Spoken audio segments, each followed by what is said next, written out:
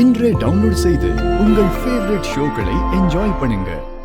கொஞ்ச நாளைக்கு முன்னாடி கருணா அம்மாவுக்கு என் மேல கோவம் வந்துருச்சுன்னு நினைக்கிறேன். அதான் அந்த செயின் ஒரு ஆக்சிடென்ட்ல கட் ஆயிடுச்சு. அம்மாவோட கோவம் காத்து மாதிரி தானே, அது நம்ம எதுவும் பண்ணலனாலும் தானா கரைஞ்சிரும்ல, அந்த மாதிரி தான் கோவமும். அம்மாவோட தாலி செயினையும் ஒட்டியாச்சு. இப்போ கடைக்கு போய் அந்த செயினை வாங்கிட்டா அம்மா மறுபடியும் எங்க கூடவே இருப்பாங்க.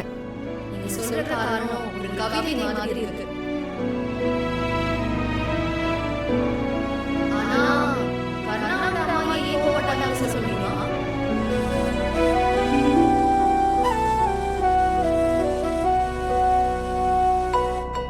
அதுக்கும் காரணம் நான் தாங்க.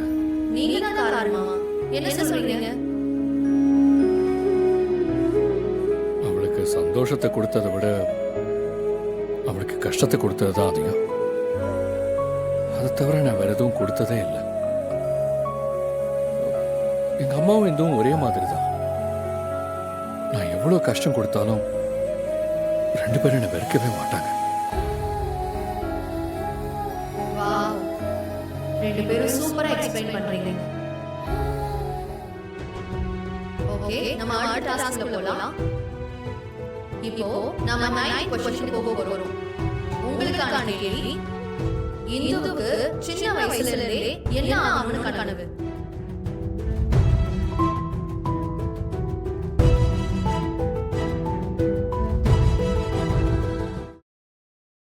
பார்த்தா 10க்கு 10 கேள்வியும் சரியான பதில் சொல்லி ரெக்கார்ட் பண்ண போறாங்கன்னு நினைக்கிறேன். ஓகே கர்ணா, உங்களோட பதில் ப்ளீஸ். கர்ணா ஆசிரியர் எழுதிருக்காரு. ஓகே, இந்து என்ன எழுதிருக்காங்க பார்க்கலாம். இந்து, உங்களோட ஆன்சர் ரிவீல் பண்ணலாம். ஆசிரியர், வாவ், இந்த கப் ரொம்ப அழகா எழுதி 9 கேள்விக்கு சரியான பதில் சொல்லிருக்காங்க. Super, congrats.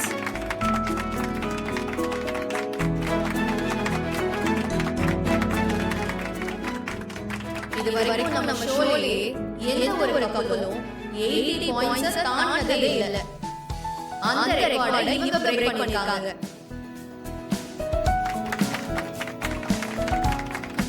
வெல் டன் கர்ணா. இன்னும் ஒரே ஒரு கேள்வி தான் பாக்கி இருக்கு.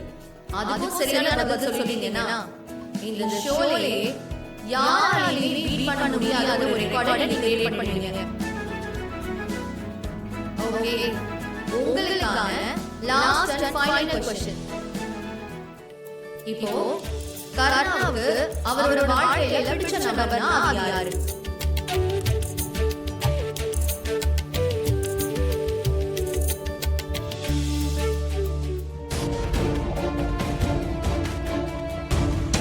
இந்துவும் எழுதி முடிச்சிட்டாங்க. என்ன கர்ணா, எழுதி முடிச்சிட்டீங்களா இல்லையா? முடிச்சிட்டேன். ஓகே, இந்து நீங்க என்ன எழுதிட்டீங்கன்னு ரிவீல் பண்ணலாம். அண்ணன் அப்படின்னு எழுதிருக்காங்க.